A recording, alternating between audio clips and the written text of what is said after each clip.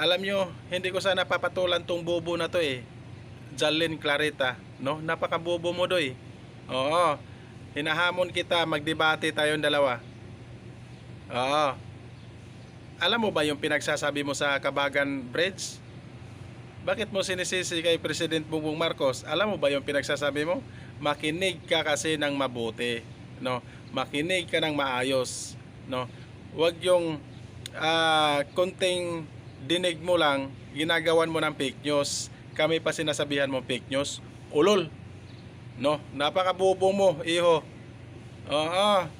Magdebate tayong dalawa, mag-comment ka. Kung makita mo yung video ko, mag-comment ka, magdebate tayong dalawa. Oo, papahiyain talaga kita. Oo, yan ang totoo. Clarita, Jalyn Clarita. Real talker ka pa. Napakabobo mo, no? Napakabobo mo. Tanga-tanga ka, no? Ang tanga-tanga mo.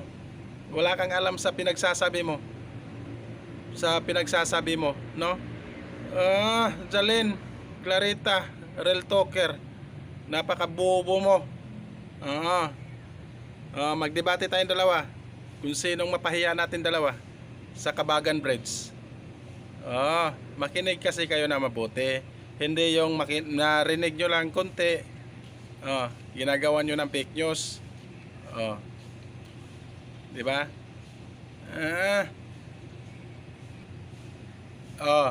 Jalyn Clarita, real talker. Hinahamon kita, magdebate tayo. Isang salita ko lang sa'yo, mapahiya ka na sa akin. Panoorin to mga kaidol, yung video niya mga kaidol. Alam nyo, hindi ko sana papatulan itong mga mahilig magpakalat ng fake news, no? Yung tungkol sa Kabagan Santa Maria Bridge, di ba pilit pa rin sinasabi ng iba, kay Duterte yan, kay Tatay Digong yan. O eto, kami po ay mas maganda, ipapakita namin yung video, ito patunay na fake news kayo.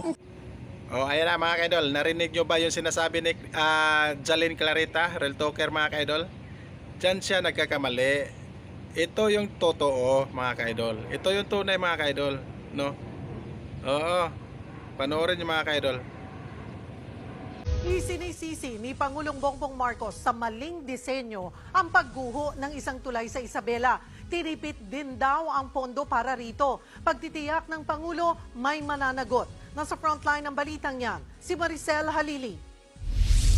Personal na binisita ni Pangulong Bongbong Marcos ang bahagi ng Kabagan Santa Maria Bridge sa Isabela na bumagsak kamakailan. Nakasabit pa ang truck na sinasabing sanhi ng pagguho. Pero ang sinisisi ng Pangulo, ang palpak na disenyo ng tulay. Ang kapulo nito, design flaw.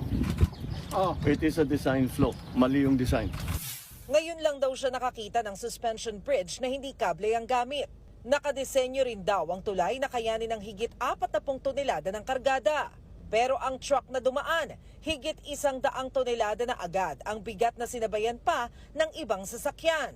Sabi pa ng Pangulo, 1.8 billion pesos dapat ang pondo para sa tulay na may habang 990 meters. Pero ibinaba sa halos 1 bilyong piso para makatipid.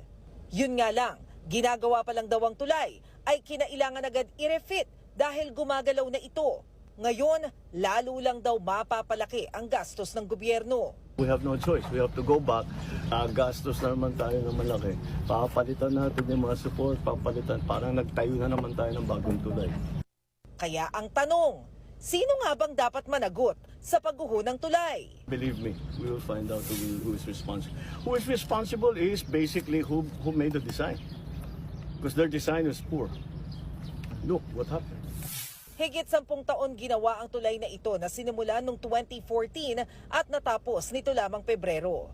Kabubukas pa lang ng tulay, pero ito na agad ang nangyari. Bakit tinapos pa ito sa panahon ni dating Pangulong Duterte at sinasabi pa nilang Duterte legacy ito? Patuloy na iniimbestigahan ang insidente. Pagtitiyak ng palasyo kung meron mang responsable kahit sa kasalukuyang administrasyon ay mananagot din ito. Nagbabalita mula sa Frontline, Maricel Halili, News 5.